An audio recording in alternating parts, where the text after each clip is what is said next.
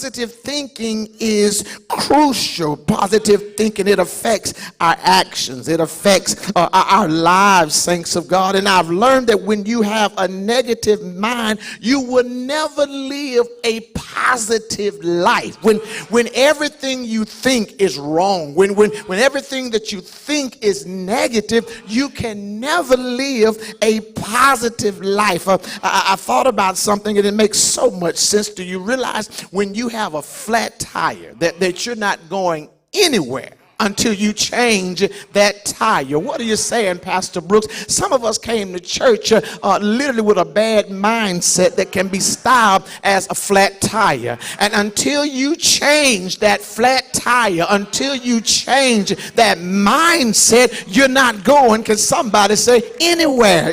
So I need you to understand, yes, you've got to make up in your mind that I'm going to become the most positive thinking person that I can become. If the devil says I can't, I tell the devil I can't. If the devil tell me I'm not going to make it, the more determined I'm going to become. See, we've got to learn how to speak positive rather than negative. And when I look at Psalms 118, I see something very powerful going on. I see in this text, Pastor, that David had the right mindset. Now, when you understand something about David, he was a man of purpose. But just because he was a man of purpose, he was not exempt from trials. He was not exempt from tribulations. He was not exempt from haters. Y'all won't even talk to him. See, sometimes we think just because we have a calling on our life that everybody should like us. And if the truth be told, the day you wake up and really realize who you are in God, that's when you're going to realize you have some enemies. And some of those enemies are the closest people that are to you. Sometimes it's your family members. Sometimes it's your ace, boon, coon. And sometimes those people would literally try to take you out. But in spite of all, you must have a positive mindset. So when I look at Psalms 118, I feel it is a psalm of testimony. You have here David is testifying, and he's talking about the goodness of the Lord. In other words, David had been there, done that. David had gone through some changes in his life. He even had to run from his son Absalom. His friends turned their back on him and they tried to plot and scheme and kill him. But out of all David had been through, he still had favor on his life.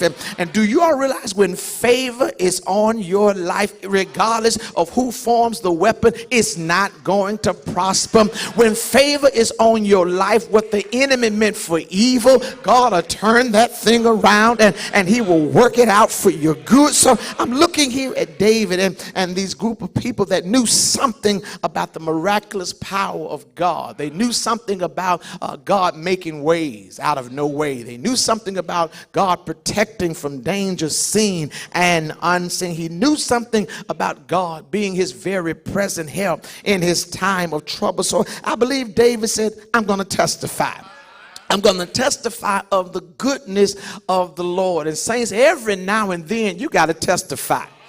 You got to testify to let somebody know that God did that thing. You've got to testify to let somebody know that God made that way out of nowhere. What is a testimony, Pastor Brooks? It is the evidence or proof that's provided by the existence or appearance of something. It is the first-hand authentication of a fact. And I believe this morning that there's somebody in this room besides Pastor Brooks that has a testimony this morning.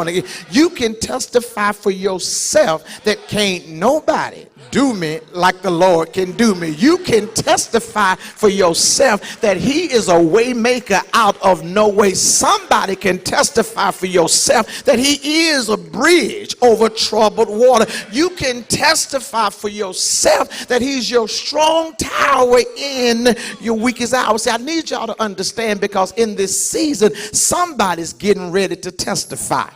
And when God gives you that testimony, it's going to be a blessing to help somebody else to know that if God can do it for you, that he can do it also for you. Touch somebody and tell them you're getting ready to testify.